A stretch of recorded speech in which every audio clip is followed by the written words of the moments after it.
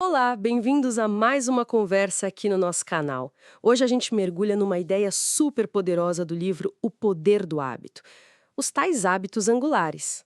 A ideia é entender como algumas rotinas específicas podem acabar mudando tudo ao redor.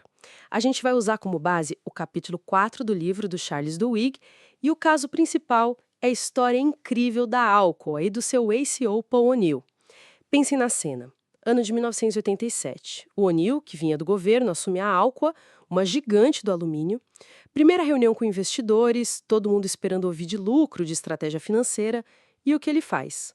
Começa a falar só de segurança no trabalho. Ignora o resto. Chegou a, apontar onde ficavam as saídas de emergência. Imagina o pessoal.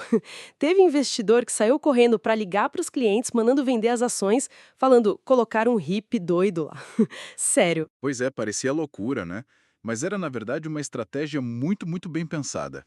O O'Neill estava implementando o que o Duhigg chama de hábito angular. O foco dele não era só a segurança em si, mas escolher um hábito-chave que, ao ser transformado, iria disparar uma reação em cadeia, mudando a cultura inteira da Alcoa. Mas por que justamente a segurança? Uma empresa daquele tamanho, cheia de tensões entre sindicato e diretoria, como ele teve essa sacada? Porque a segurança era um ponto em comum, sabe? Ninguém podia ser contra melhorar a segurança dos trabalhadores. Nem o sindicato, nem a gerência. Era um consenso. O Neil foi esperto. Ele sabia que não dava para impor uma cultura nova do nada. Precisava de um ponto de partida que todo mundo apoiasse. E a meta de acidente zero foi isso. Aí ele criou um loop de hábito bem claro. A deixa, um funcionário se machucava. A rotina. O chefe da unidade tinha 24 horas, só isso, para reportar direto para o Neil, já com um plano para evitar que acontecesse de novo. E a recompensa, quem aderia ao sistema, quem mostrava comprometimento com isso, era promovido. Isso forçou assim uma mudança radical na comunicação. Para cumprir as 24 horas, todo mundo tinha que conversar, do chão de fábrica até o topo. Isso acabou gerando outros resultados positivos que talvez nem fossem o foco inicial, né? Exatamente.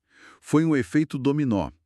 Para entender os acidentes, eles precisaram entender onde estavam as falhas no processo de fabricação. Isso levou, naturalmente, a estudar e melhorar a eficiência, a qualidade do trabalho. Eles perceberam que um jeito mais seguro de fazer as coisas era também um jeito melhor. Tem exemplos disso no livro, né? Sim, vários. Por exemplo, redesenharam sistemas para evitar aqueles respingos de metal fundido. Resultado? Menos acidentes e menos desperdício de material. Outro, trocaram máquinas antigas e perigosas. Menos acidentes e o alumínio saía com mais qualidade. Uma coisa puxou a outra. E aí entram as pequenas vitórias que o Duhigg fala. Isso mesmo. A redução rápida no número de acidentes foi o sucesso visível, logo no começo. Essas vitórias deram confiança para o pessoal, sabe? E abriram espaço para outras mudanças que antes eram impensáveis. Por exemplo, medir a produtividade individual.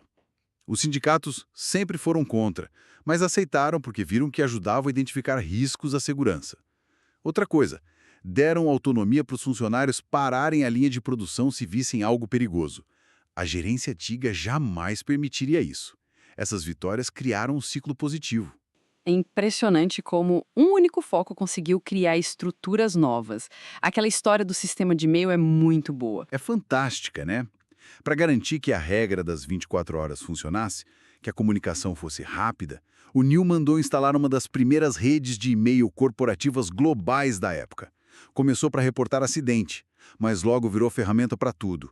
Mandar dados de mercado, discutir estratégia. Deu uma vantagem competitiva enorme para a Alcoa. E a cultura se consolidou de vez com aquele episódio da demissão do executivo, o Bob Barton. Ele foi demitido não por um acidente grave, mas porque não reportou um incidente pequeno. A mensagem foi clara: segurança e transparência não eram negociáveis. Era para valer. E essa ideia de um hábito puxar outros funciona fora das grandes empresas também, imagino, na vida pessoal. Com certeza. O Duhigg mostra vários exemplos. Pensa no exercício físico. Muitas vezes, quem começa a se exercitar regularmente passa a cuidar melhor da alimentação, fica mais produtivo no trabalho, até mais paciente em casa. Ou uma coisa simples como arrumar a cama todo dia. Parece bobagem, né? Mas tem estudos que ligam isso a maior sensação de bem-estar, mais organização e até melhor controle das finanças. São hábitos que criam uma estrutura. Jantar com a família, anotar o que come, tudo isso pode funcionar como um hábito angular, gerando pequenas vitórias e abrindo caminho para outras mudanças boas. O exemplo do Michael Phelps também é interessante, né? Mas aí o foco é mais mental, parece. Exato.